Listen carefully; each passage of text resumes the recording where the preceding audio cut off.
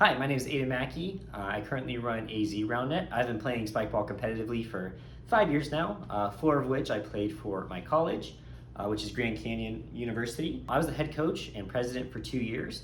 And the purpose of these 4 videos is just to kind of explain how to successfully run a college club, as well as how to keep everybody engaged. We're going to go over financials, we're going to go over everything from registrations to how to order jerseys in the best way possible, and hopefully we can really just see a burst of college clubs in the next couple years. Like I said, I coached the GCU team for 2 years, and during those 2 years we had over 50 athletes on our travel register, which means we had 50 college students traveling for competitive Roundnet, which is kind of crazy. In those 2 years we were able to produce about 8 premier players now, but that number is growing, as well as a few girls who are now currently ranked in the top 50 women's players. So that's just a little bit about me. So now let's get into the actual meat of the video. The first thing you want to do when you're running a college club is figure out what type of club your college actually provides. For example, there are college clubs with money allocated to them during the season. Obviously, that's the best case scenario to where your school actually gives you money. The second one is a registered club that's recognized by the school, but they don't give you any additional income, so you have to do all the fundraising yourself. Last but not least, there are clubs that are not officially recognized as a club sport, or they're just not recognized as a club at all by the school, in which of course you're not going to get any funding, so you kind of have to do everything on your own. It is very important that you figure out which category your school falls under, because that will help with funding and kind of the direction that you do during the school year. I would encourage you to talk with your club sports representative, figure out exactly what type of club you are and what the benefits you receive for becoming that type of club. I would say that no matter what the type of club you are, whether you are one that is given money by the school or not, you need to have a registration fee. At GCU, made the registration fee $250 for the year, which at our school was actually the cheapest for any club sport. Some of them were in over $1,000, $1,200, even $2,000 for lacrosse or women's soccer or things like that. So $250 is actually very doable for many students, and it actually takes you a long way when it comes to going to sectionals, ordering jerseys, and things like that. To break that $250 down, and what it came down to was $70 for jerseys, 2 times $50 for housing because we promised 2 sectionals, 2 registration fees for 2 tournaments, so usually it's about $20 per player, $40 per team, so we guarantee them the registration fees and the housing for 2 tournaments, as well as additional $40 for additional fees that maybe the school supplies, whether that's athletic training, resources, and things like that. This guarantees that everybody in your club can attend 2 sectionals, usually the spring and fall sectional, obviously, as well as they receive a jersey to wear, which is for some people very, very important. That at a minimum they get a cool jersey that they get to wear and really show their support for both Roundnet and the school. We tell students that it is their responsibility to cover food and gas while we're on trips, or transportation.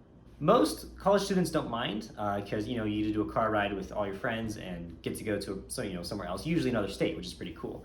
For us specifically, generally we had about an 8.5 hour drive for our sectional, and they still didn't mind splitting the gas 4 ways. It came out to about $80 on top of whatever, on top of the registration fees and whatnot. But most students didn't mind. The next thing I want to talk about is registering athletes for participating on your team. There is some information that is very important to collect. For example, first name, middle name, last name, and it needs to be how it appears on their driver's license. We had one case where one guy goes by a specific name, but that's not the name on his driver's license. So when we bought plane tickets, it didn't line up. So 3 days before the tournament, before he flew out, I was calling the airport trying to get his name on the ticket changed. So make sure you just have their official government ID.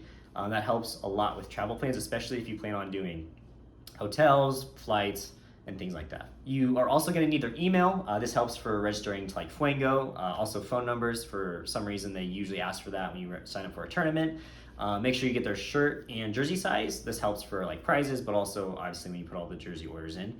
I like to ask for the Instagram handle. I think it's cool to be able to tag everybody. Maybe it's their birthday, put a story notification, and then tag them in it.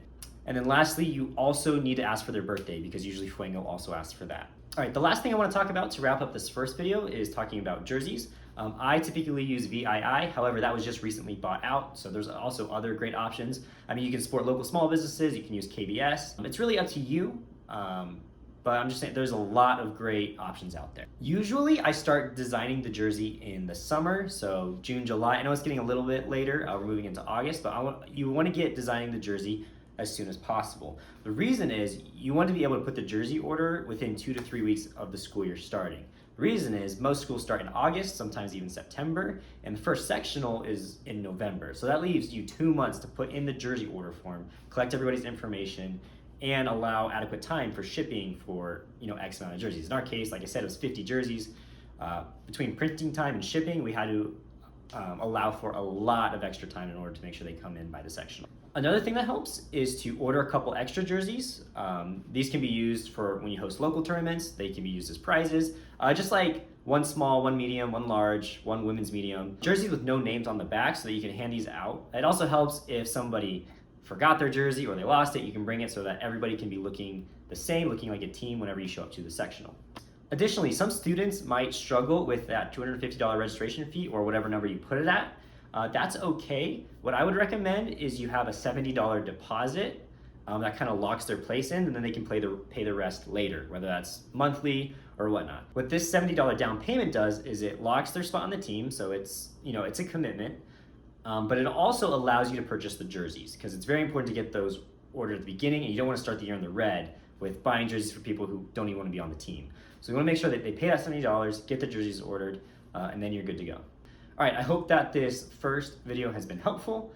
Like I said, we're going to be discussing a lot more in the next few videos to come. But yeah, let me know if you enjoyed this, and we'll see you in the next one.